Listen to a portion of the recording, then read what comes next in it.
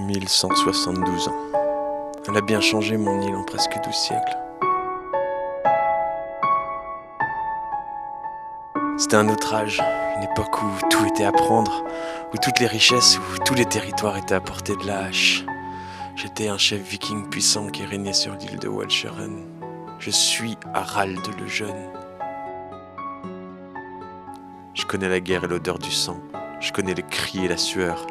Après mon bannissement du Danemark, je suis parti avec mes hommes pour attaquer les côtes de la Frise.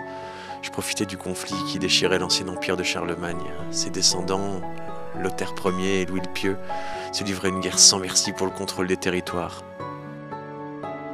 Pendant 10 ans, on a attaqué les villes, villages, églises, monastères.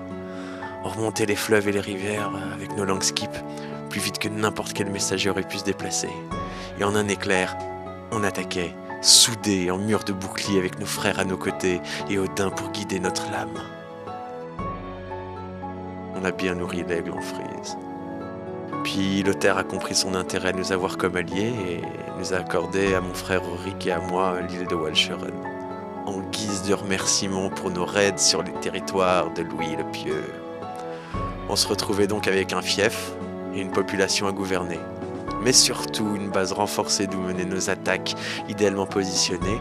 On avait facilement accès à l'intérieur des terres et à toute la côte. Et au sud de l'île, une forteresse. Une forteresse en anneaux, comme on aime les faire chez nous.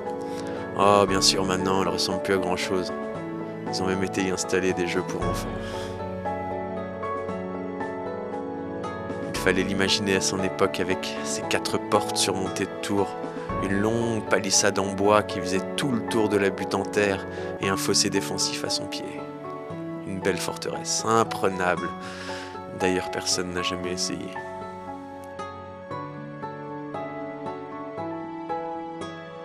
Maintenant, il ne reste plus que quelques traces, quelques décolorations dans le sol qui marquent les trous de poteaux des bâtiments.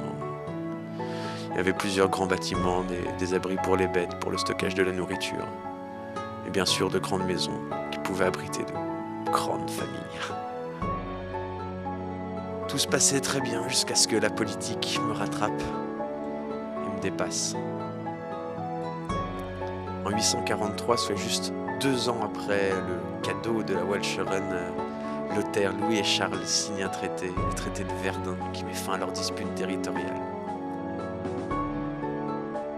Moi et mon frère, de vikings païens en territoire chrétien devenu inutile à la fin de la guerre, ça devient gênant pour Lothaire. 1 an plus tard, on est accusé, à tort, de trahison et emprisonné. Loki s'est bien foutu de nous. Heureusement, mon frère a réussi à s'enfuir, mais moi je n'ai pas eu cette chance. Je suis mort comme un esclave, emprisonné et sans honneur.